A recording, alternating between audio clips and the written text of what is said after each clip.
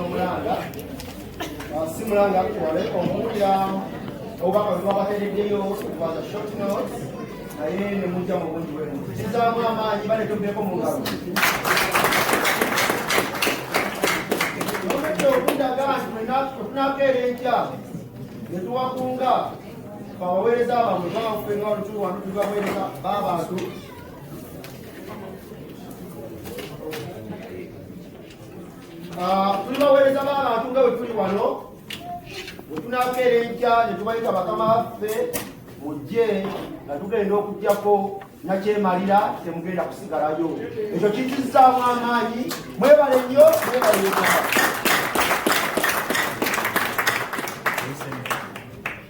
olunaku lwa leero ensonga nnyingi ezigenda okwegerebwako naye ndowooza esigala zijja kubamu kubanga amaanyi g'abantu emaanyi agawulirwa era g'emaanyi twagala okuddiza abantu mu ggwanga Uganda obuyinza budde mu bantu buve mu mikono gy'abantu abatono budde mu bantu abangi nga sinnaba kutandika sipiiki yange naye akantu kenjaga okubagamba katono nnyo bannaayo eggwanga lyaffe likwasa ennaku otunula eggwanga lyaffe n'okaaba amaziga era onyaka vidiyo kennaabye kabanyinaffe manyi obaamu akalabyeko nasusukako mukutu ogumu nekaako omuganda wange omu akakosinze nga omuwala ayigiriza banne engeri bwaba bagenze mu biseera byabwe mu nsonga ezo mwena zemumanyi obulungi ng'abayigiriza okukozesa ettaka mu kaveera okwepaadinga.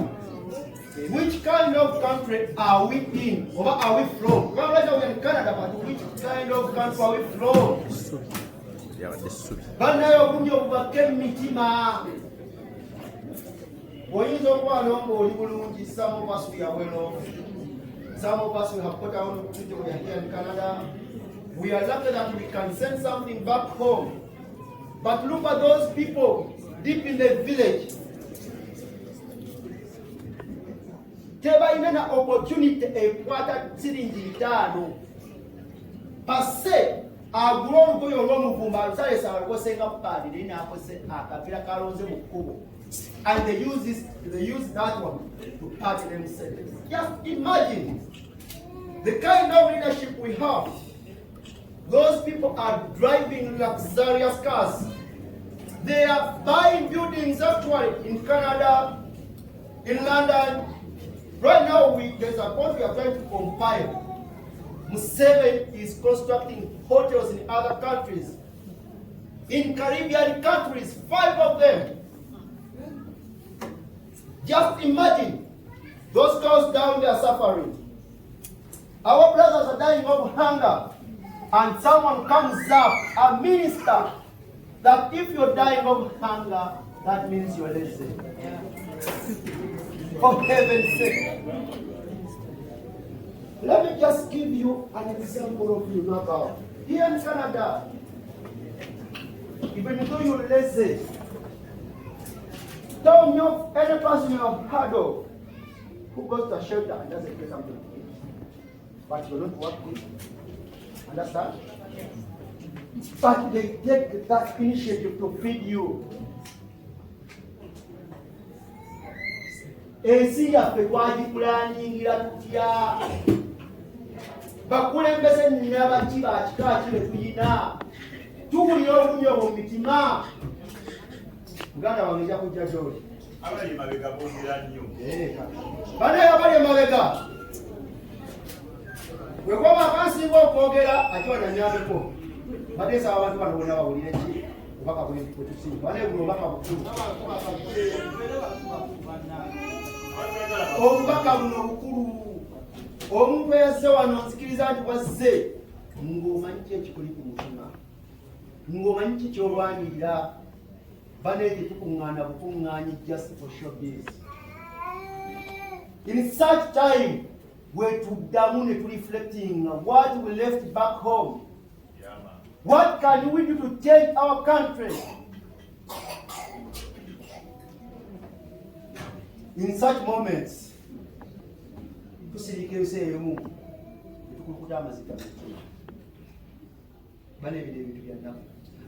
we tell stories to people and they can't believe that such stories. We agree, we are third world countries. But not all third world countries are like Uganda. Never cared about minister of education. Someone embezzles 200 billion Ugandan shillings in the name of constructing a hospital. Name the one just somewhere down, deep down.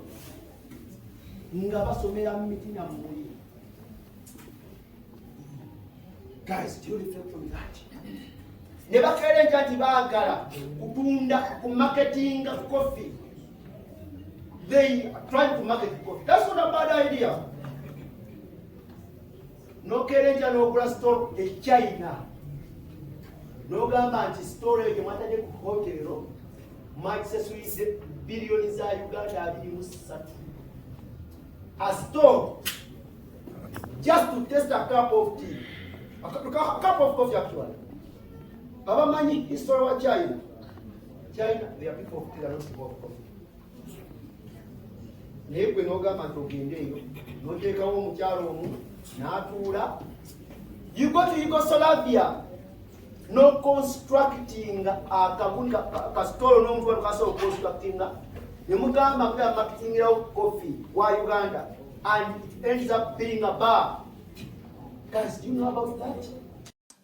Do you know how your money is embezzled?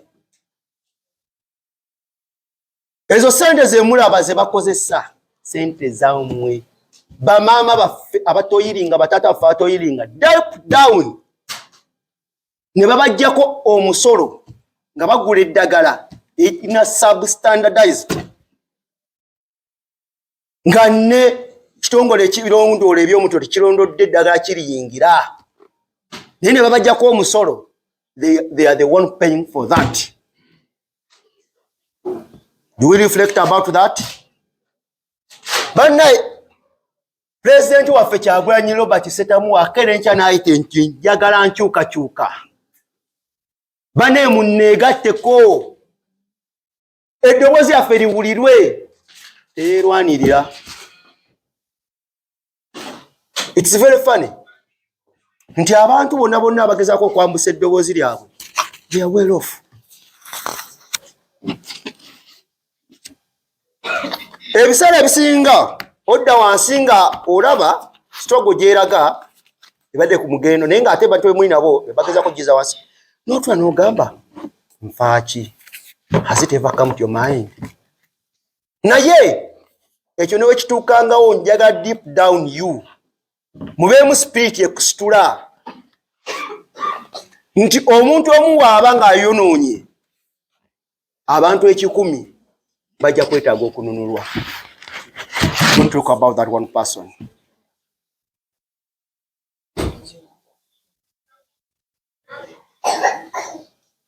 Bannaaye mbasaba tutambuze enjiri ey'okwenunula. Essaawa eno we tutuuse whichever way we take to liberate Uganda, we are ready to take it right now. And I announce that as the head of mobilization in Canada.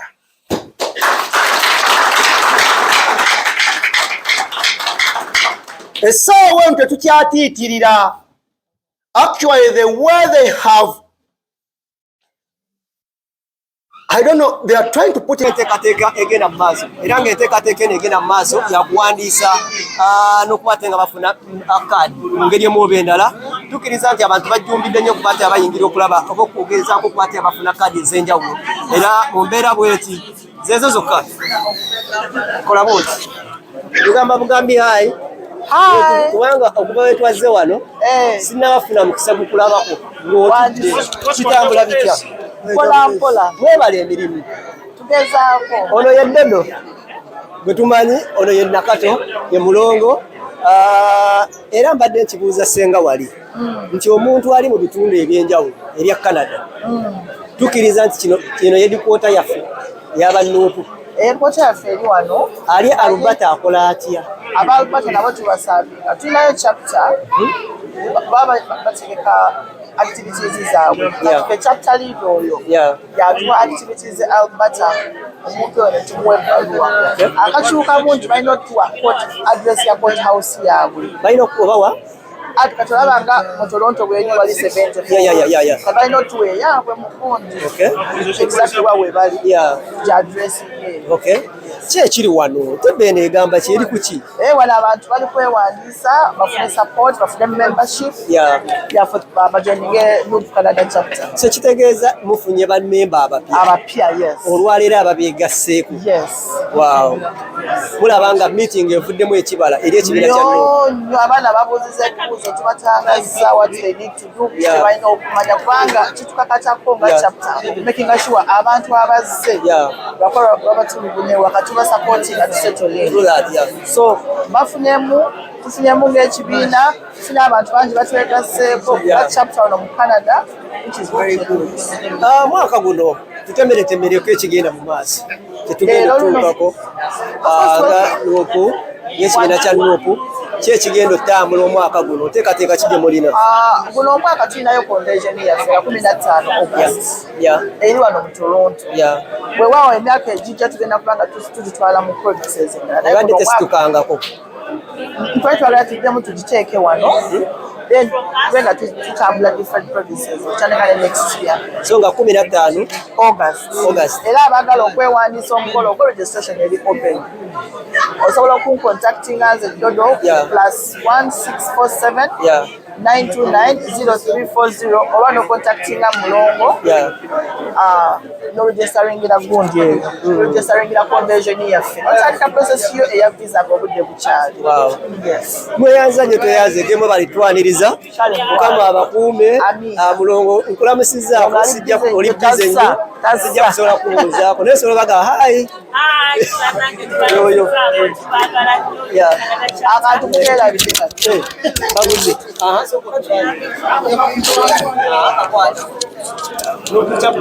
kujja tubaagala nnyo meeting eno yeggulawo omwaka ebeerawo buli January ebeerawo buli January kubanga tutandise omwaka naye tugenda kuba n'oku meeting endala egenda okubeerawo nga March 2nd yes Saturday tugenda kubeera wano era March nga 2 eri abo bonna manya abamu tebaliwo naye balaba eri abo bonna abatasobodde kufuna mabaluwa abalina ebibuuzo kazi zaabwe tetukoze olwaleero era tugenda kushiddamu tukikole abantu bajje baregisteringe bagendere kazi zaabwe email ebbaluwa tuliba tuziba email era obubaka eri omukulembeze nga tusiibula message yammwe nga aba NUP chapter e Canada. Mukama waffe omukulembeze tetulina kyakugamba naye ffe oswage yaffe ogimanyi kiffe twagitandika mu diaspora struggle yatandikira wano maama wa struggle wa mu diaspora yatandikira wano tukyaweerezanga bulijjo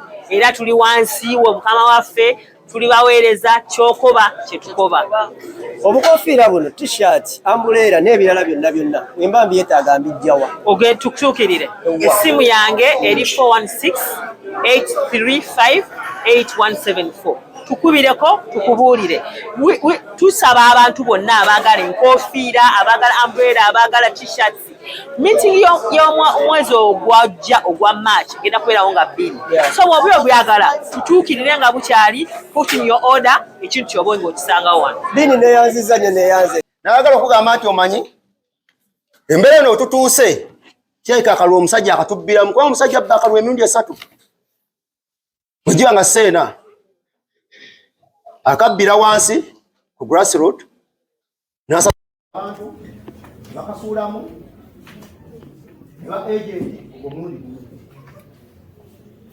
n'abeera naddira buli gundi yenna gwe mumanyi returning officer owoku district he controls them and they are from one place so it says so I'll bring up that list because those are some of the things we are trying to look at.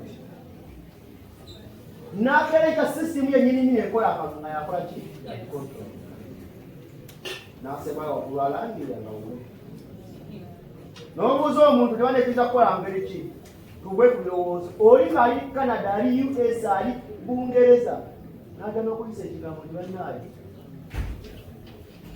tusobokwatemu ne kujjako omusajja. But remember, you read our constitution, guys. It is in the constitution. Actually, the words I'm saying they are in the Ugandan constitution. In the same you can use any means to go out. They don't specify what it means. You can use any means to do what? Peaceful doesn't mean that you can't pick up guns. You can pick up guns in a peaceful way. We can use our mouth as guns. But also, we can hold guns. The real ones. So, buno obubaka bugende eri baganda bange mwenna abali wano. Nga tugezaako okutambuza kunga mu bantu. Obuvunaanyizibwa budde eri mmwe. Okubeera ku baweereza bammwe. Okubabuuza. Nkoze ntya okwenyigira direct mu nkyukakyuka e Uganda. Tuleme koma kujja wano kweraba. Tuleme koma kunoonya bujulizi. Wabula tube n'omutima ogwagala eggwanga lyaffe. Ekintu kyonna ekizze mu ddiiro bwe kijja mu ddiiro ne gamba pa NUP bannaayo tugakola bwe tuti saba tusitukiremu.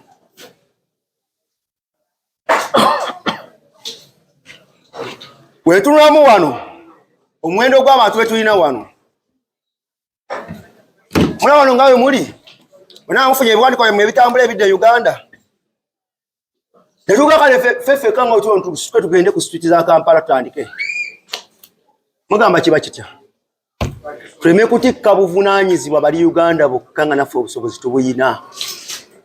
Kale bw'oba tosobodde baaka abantu bomotivating nga 10-20 e Uganda kubanga benyigira mu nkyukakyuka. Baganda bange mabegaawo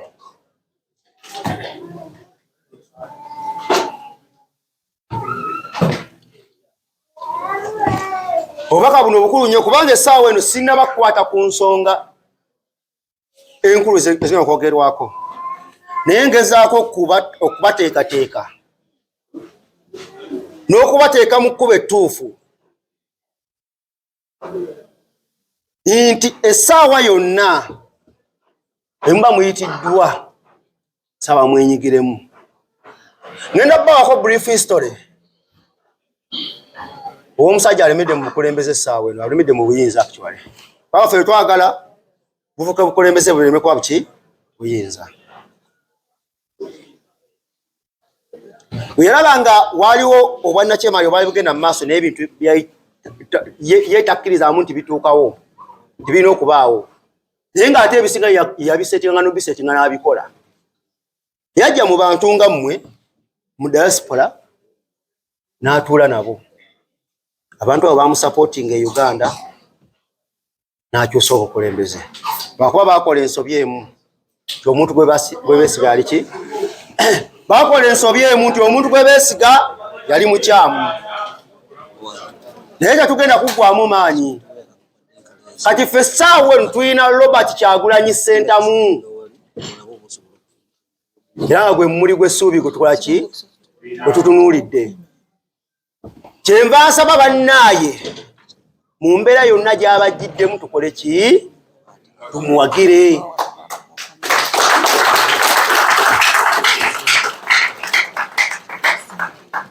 People power! People power! People power!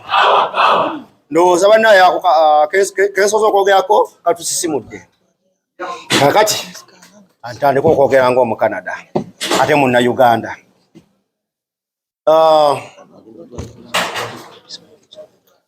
Kasooke nindeko mukama wange amale okutereera. Omwogezi ogenda okwanjula abantu anje ogenda banjula abakakiiko oba nga simanyi basipiki yange lero okutambula ogenda banjula Semba etwali wano namba teyali bweti naye Katonda w'amaanyi kino kirina kye kitegeeza oba abali emabega musobola okuwulira mwenna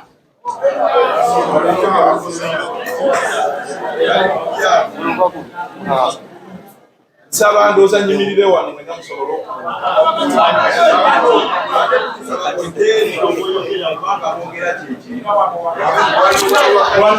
baganda bange badde nsaba tuwulirizeeko. Is it okay? Amannya agange nze Magala Ronald nga nze mwogezi wa NUP Canada era nsanyuse nnyo okubalaba olwaleero. Ekisookera ddala tusobola okubeetondera nze mbadde nva mu kilomita nga 12 okulaba nti nsanga meeting eno. Nsaba ebitagenze bulungi, sorry for that, naye tubadde tulina ku making sure nti emirimu gyonna tugiteekawo naye olw'okwagala eggwanga lyaffe nga we can't miss it out. Tulina okubeerawo oba twagala oba tetukola ki oba tetwagala. Mu kisookera ddala nina ensonga nga 2 ze ngenda obbatuusaako then tulabe program nga weegenda okutambula n'okubanjulira akakiiko konna biki ebigenda mu maaso then nabo bajja kubaako bye babategeeza then tujja kufuna ne reaction okuva mu mmwe biki bye mutugamba. Tusobola n'okutunuula ku event eyaggwa abamu kyemanyi muyina reactions musobola otubuulira otwadvisinga. Meeting ey'olwaleero tebigenda kuba bingi.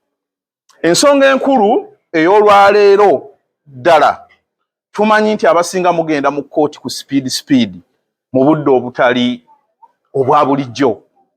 So twalowoozezza nga akakiiko ne tugamba baganda baffe tubayite tujje tusooke tutuule wamu ku speed abalina kye beetaaga tusobola okukimalira wano olwaleero.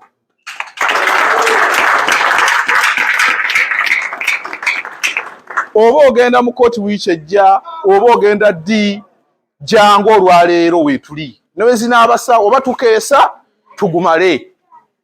Tuyina ffenna okuva wano nga buli muntu ayina ki? Ayina empapula. Oba olina ky'oyagala okwogera kyonna suubira olwaleero olunaku we luli nga teekateeka programu zonna ezijja zigenda okubeerawo mu maaso naye olwaleero y'ensonga enkulu lwaki tuli wano. Baganda baffe bagenda mu kooti myezi 4, myezi 3, myezi 5, myezi 6. So abakulembeze bonna weebali wano nga tetunneeyongerayo badde nsaba mbanjulira akakiiko.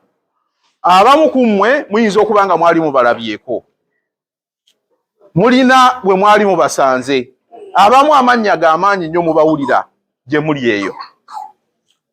Naye wemba mentioninze erinnya omuntu oyo agenda kufuna time ajje, buli muntu alina presentation gy'agenda otuwa, naye mumumanye ne face ne woba ocommunicatinga naye ng'oyogera ne mukyala Dorin ng'omanya bw'afaanana, ng'oyogera ne mwami Taddeo, ng'oyogera ne Ssenga Joyce, ng'oyogera ne Mulangira, ng'oyogera ne mukama waffe Nakato, naye ng'omanya bw'akola ki bw'afaanana.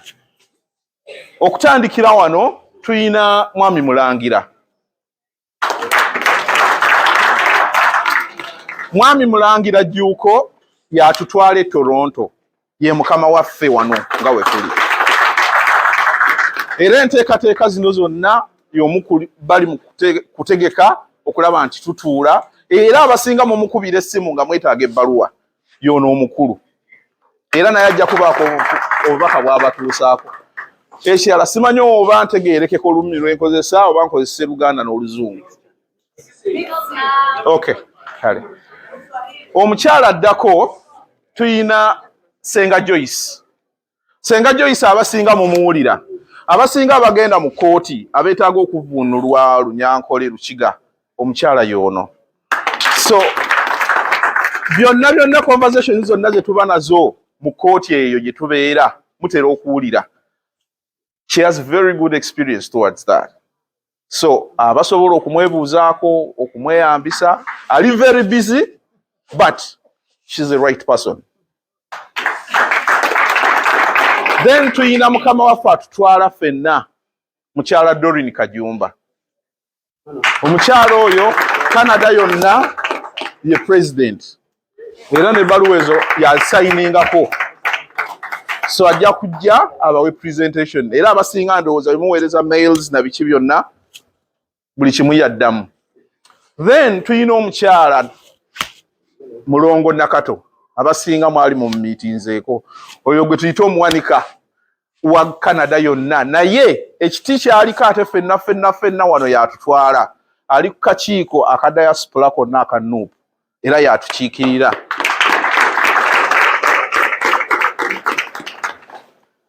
So omuwanika wa community era yoyo. Buli woweereza akasente Brenda Nakato ne ka email tukamanyi mu mutwe.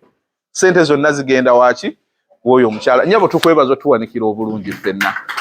Oba waliwo afiiriddwa, oba waliwo olumbe, oba waliwo ki, abalala bonna bwe bajja ne bagezaako kuŋŋaanya sente teziwera. Bwe tugamba nti Nakato akuŋŋaanye sente nga ziwera. Mukama mulungi. Amiina. Then tuyina mukama waffe omulala mwami Taddeo Kiwalyanga. Ndowooza eddoboozi lye mumuwulidde. Mwami Taddeo yali in charge ffenna otukuŋŋaanya ewamu. Okutugamba nti nno tutambule, otugamba nti mwenna tujje, aba Niagara, aba Ottawa, ffenna yatutwala mu mbeera eyo. Bwe tuba nga tuyina event katugeze NRM egenda okwapeninga, yatukulira yatugamba wano tuteekewo abantu 5, yakulira olutabaalo, wegaba amagye yabeera eno ye komanda, ffenna ne tukola ki? Ne tugoberera. Then tuyinawo mwami Kyuma kya Yesu. Abasinga ndowooza mumanyi. Mwami Kyuma sooka owuubire ku bantu. So mwami Kyuma yoyo era naye tukola naye kakiiko mu kutambuza buli kimu ekigenda mu maaso.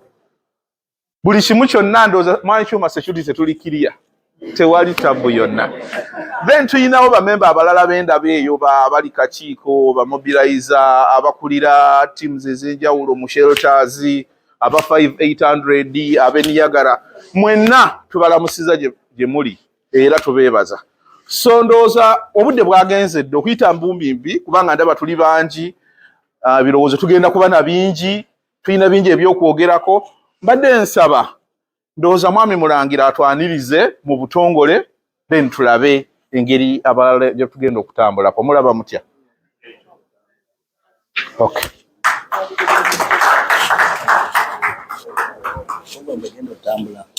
Mbadde ngamba kubanga gwe boss boyina okuyita bana abakyala bonna. This is your place. People power, our power, people power, our Sibawulira, our power, NUP, everywhere, people power, olutalo nga luwedde tuliyambale ngule, tuliyambale ngule, tuliyambale ngule, olutalo nga luwedde tuliyambale ngule, tulirimba mu Uganda empya. Bana banankyukakyuka mbalamusizaako nnyo, mwebale obudde bubi bwa mpewo, mwebale okuliriza amaloboozi gaffe amasaakaavu, ne mwerekereza ebingi ne mugaka tugende tuwulirize ebifa eri abakulembeze. Nsooka okubeebaza mwebale twagala, mwebale tubudaabuda. Gino emirimu gye tukola gya nakyewa. Bwe tukola byonna tugenda kusasulwa nga tumaze okwambala engule. So tukola okufiirawo okulaba nga tukyusa eggwanga lyaffe Uganda. Mwenna abali wano nkimanyi mwenna mwagala Uganda mugirabe ng'eri bulungi. Mbeebaza nga ku lw'akakiiko, mbeebaza ku lwa Toronto, mbeebaza ku lwa buli muntu azze wano n'awatazze mu mugambi nti akakiiko kaasiimye. Mwami Mulangira yagambye yasiimye nnyo, mwebale nnyo, mwebalire ddala. Mbasaba amaloboozi tugateeko wansi, ngenda kubeera ka session kake kaddakiika ntono nnyo, tudde mu bakulu abatutwala. Obuvunaanyizibwa obwange kulaba nga abatuuze ab'enkyukakyuka NUP mu Toronto bafuna kye beetaaga, bafuna services zonna ze beetaaga okuva eri akakiiko. Okulaba nti munnayuganda azze wano mu Toronto n'ayambala kofiira kaffe, tukimanyi waliwo abatatu mu madnafu abataye naye nga yazze nga twagala kyetusooka okwagala ffe bayinza okunsindikira mbega ne bampa information nti ono mbega.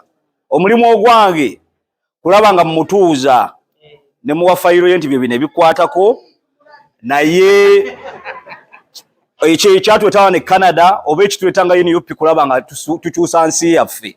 So omulimu ogwaye kulaba nga nkyusa omuntu oyo ate nga nyinawo examples nga nnya, okulaba nga nkyusa omuntu oyo abeere n'ebigendererwa byaffe.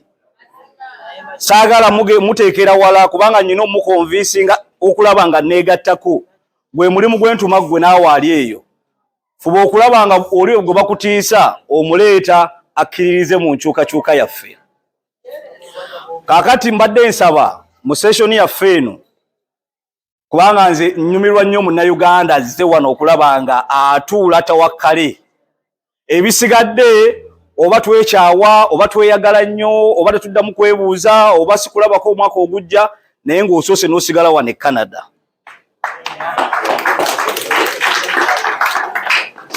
So kano kaffe kaba NUP. Okusooka nyina amawulire abantu abayita mu mikono gyaffe abatutuukiridde ng'akakiiko, twakafunayo cases 55 nga tebagenze mu makooti. Ogw'okubaddiza ngenda batambuzaamuko ku bujulizi. So Basenga gye abeko obubaka bw'abatuusaako.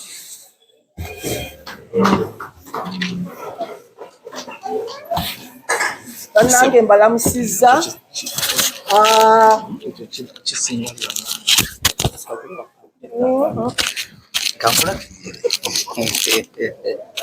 Bakateekako bwe batya ndisimanyi. So bakateekako bwe batya. Okay. Kunga.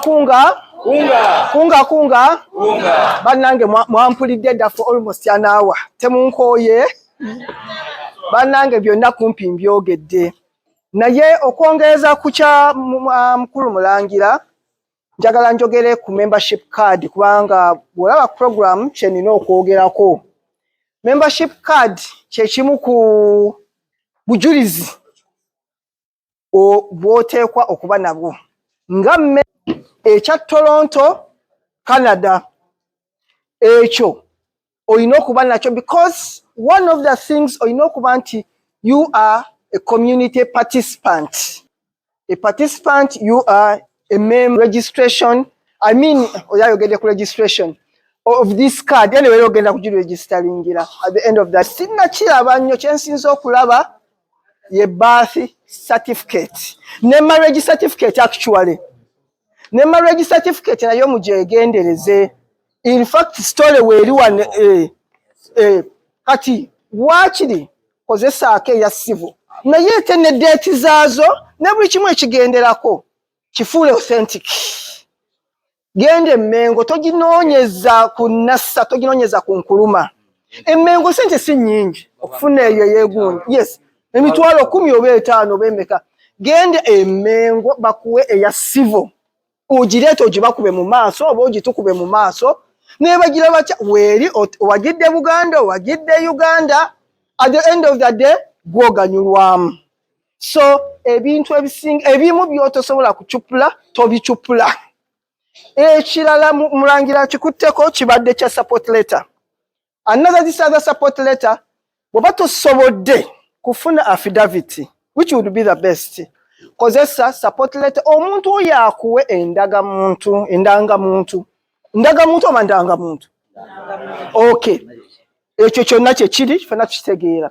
Please bwabanga otosobodde jajja tasobole kugenda waani wa lawyer okukola something that is ekyamaanyi kubanga affidavit kyamaanyi okubye ekirayiro layidde under oath. Anyway, you get it under oath. Bw'oba tosobodde ateekeko endangamuntu. If possible, endangamuntu will authenticize that support letter.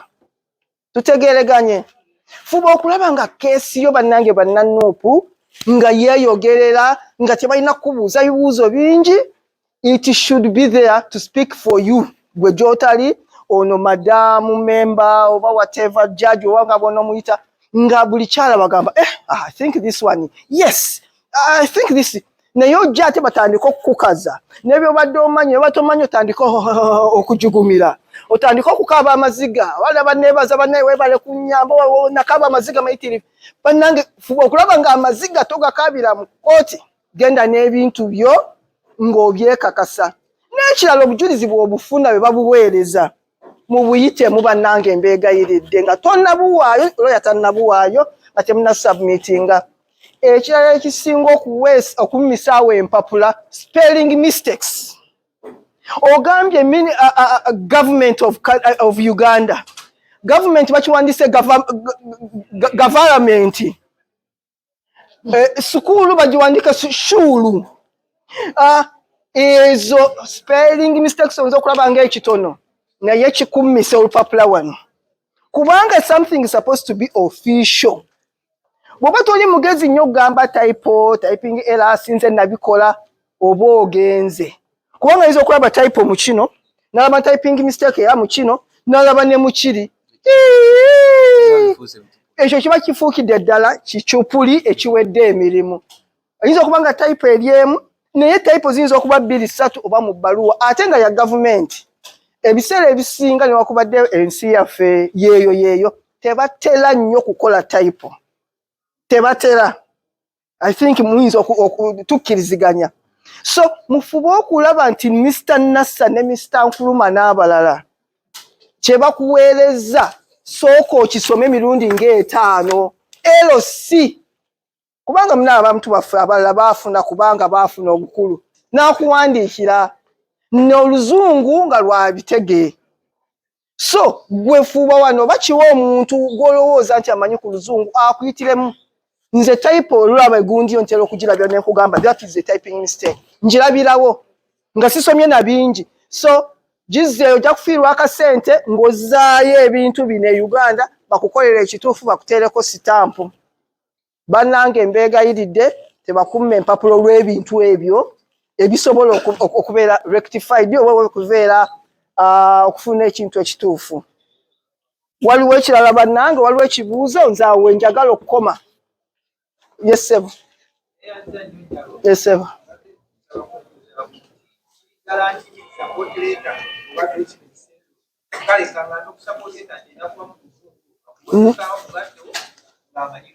Nedda ssebo kibuuzo kirungi nnyo.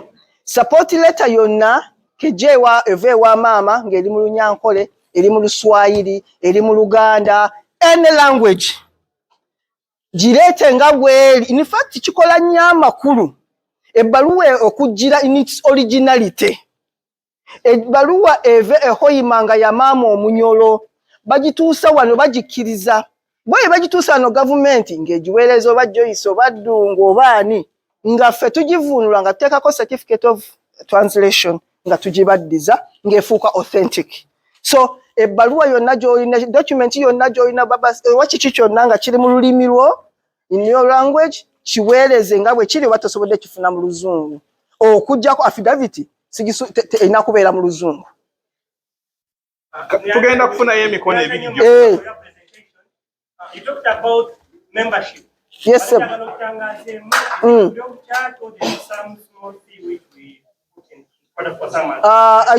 Kakati ekyo bakikonyeeko dda, and someone, the president, my president here is going to talk about it, so you'll get to know more about it. Kale ogwo omukono gufudde. Kati one more emabega eri.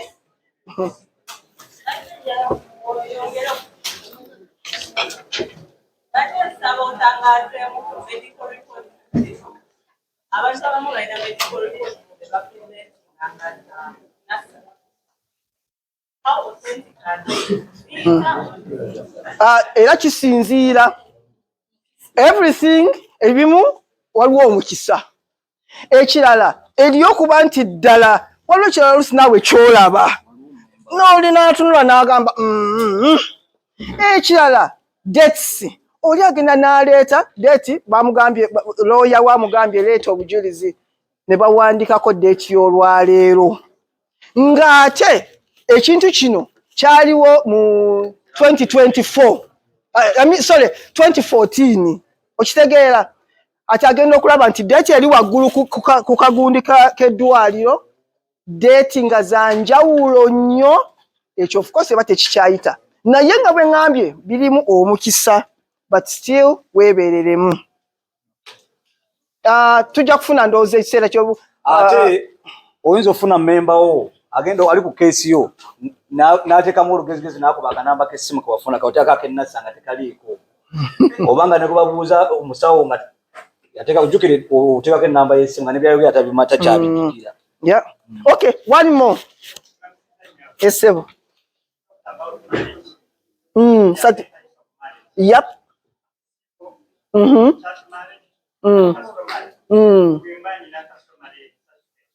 Yeah. It has to be really, it has to be legitimate. It has to be legit. If it's not legit, beba kukwata ako kayinza okukusuulayo oba n'owooza byotoyagala kuwoza. Okay, this is the last hand.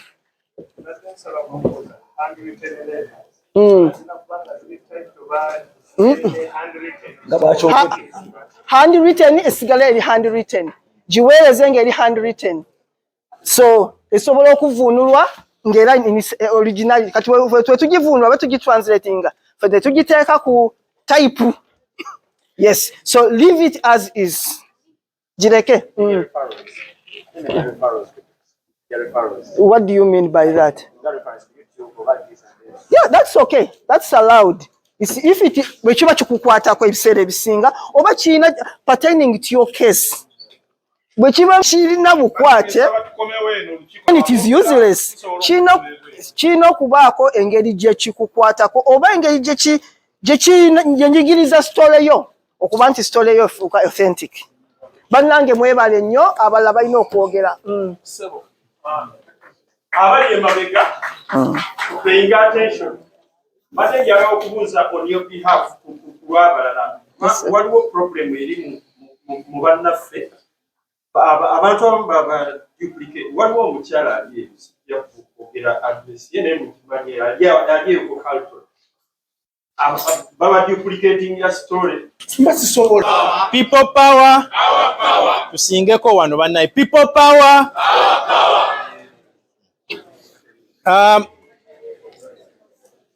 Banaye mbadde nsaba tuwulirizeeko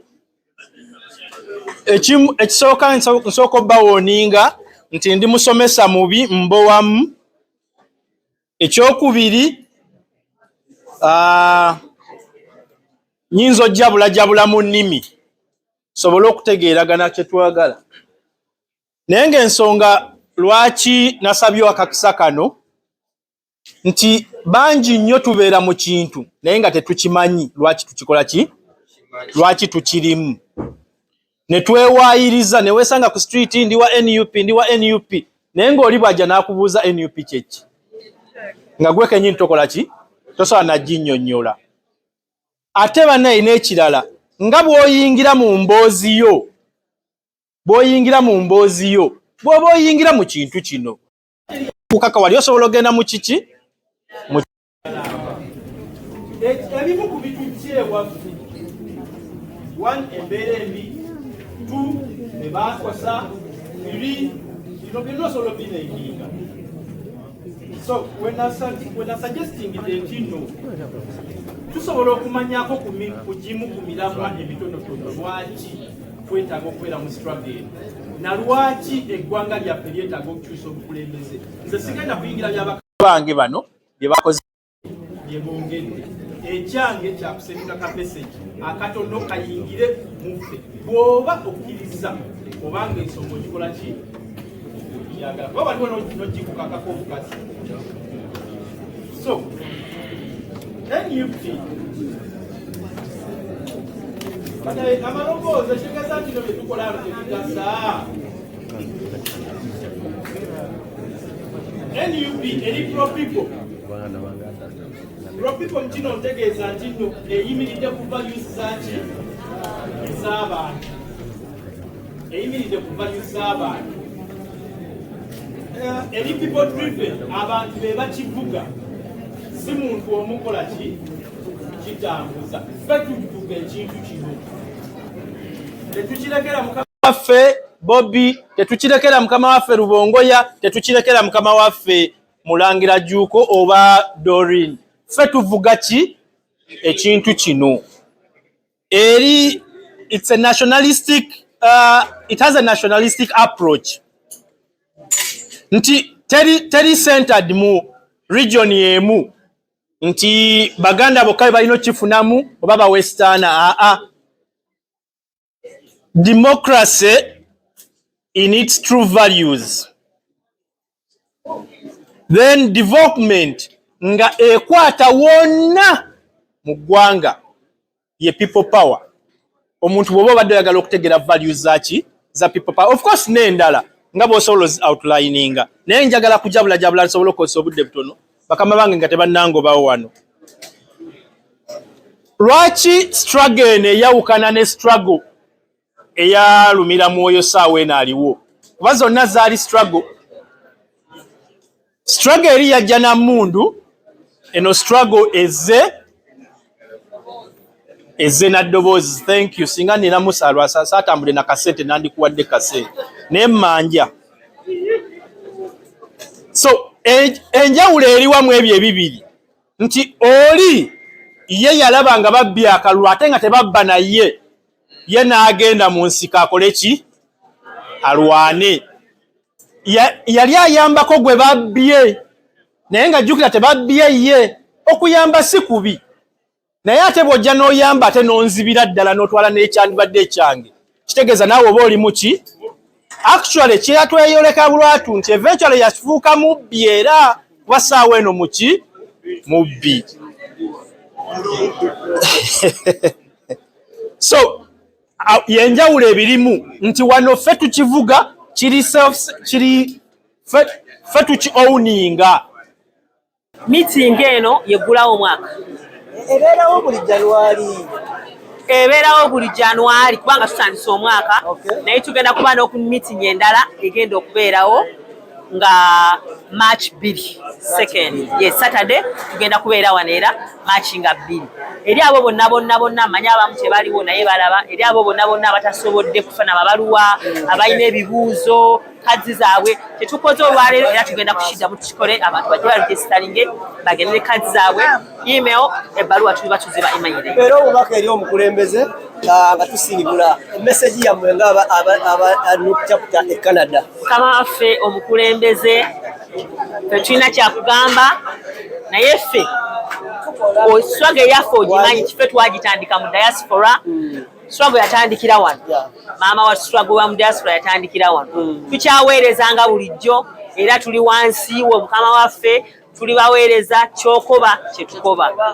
Obukofiira buno t-shirt ambulera n'ebirala byonna wemba mbyetaaga mbijjawa oge tukukyukirire essimu yange eri 416-835-8174 tukubireko tukubuulire. Tusaba abantu bonna abaagala enkofiira abaagala umbrella abaagala t-shirts meeting y'omwezi ogwajja ogwa March genda kubeerawo nga 2. So bw'oba obyagala tutuukirire nga bukyali put in your order ekintu kyoba ng'okisangawo wano. Bini neyanziza nnyo neyanzedde yabadde ku kamera ekifaananyi kye mugezezaako okwate nga mulaba kibi kirungi disorganized yakikoze era yagezezaako okwate nga tukwate olunaku olwaleero njala basiibulira wano baganda bange black yange Uganda atakumira mpeera bankundira.